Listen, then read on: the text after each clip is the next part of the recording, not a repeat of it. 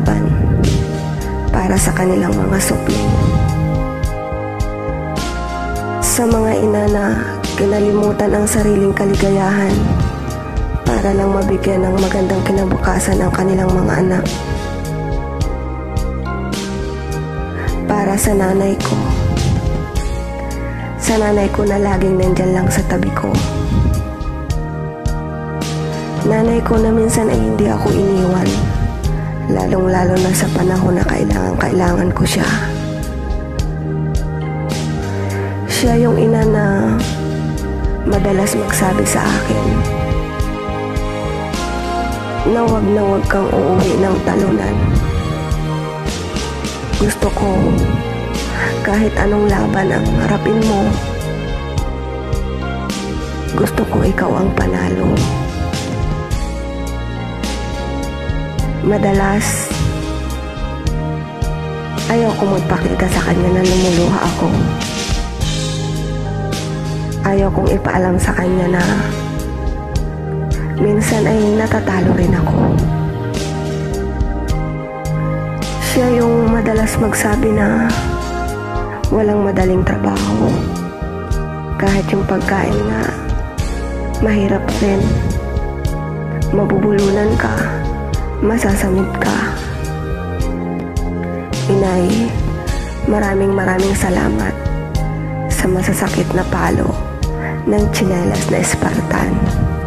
Dahil doon, natuto akong tumapang. Salamat sa masasakit na mura na naging sandata ko sa bawat pagharap ko sa hamon ng buhay. Para sa iyo ito, inay.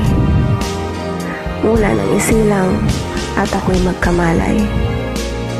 Ikaw aking inay, ang laging karamay. Sa unang paghakbang, ika'y kaagapay, laging nakabasid sa bawat kong galaw. Larawan ka ng isang masungit na ina na lahat ng kilos dapat nasa tama. Ngunit nang minsang ako ay madapa, ikaw ang unang nakita kong lumuha. Masakit na palo mo na sa katawan ay lumalatay. Masakit na salitang sa puso ko'y tumatasak. Hindi ko nagawang sa'yo ay magdamdam. Sa halip ay ginawa kong sandata upang tumapang. Tinulungan mo akong sa pagkadap ay makabangon, at sa putik na kinasadlakan ay muling makaahon. Ginamot mo ang sugat ng puso kaya nag-ilom. Tinulungan mo akong limutin ang sakit ng kahapon. Salamat sa iyo at ako'y naging matapang na humarap sa hamon nitong ating buhay. Kaya kahit ilang bagyo ang sa atin ay dumaan, mananatili na katayo at matapang na lumalaban. Inay, salamat. Ako'y kay aking naging ina. Katatagan ko mo'y alay. Iingatan ko sa tuwina. Ngayong ako'y nasa malayo, ikaw ang laging hanap ng mata. Pangako ikaw, inay, paglilingkuran hanggang sa huling hininga. Maraming salamat po para sa nanay at tatay ko.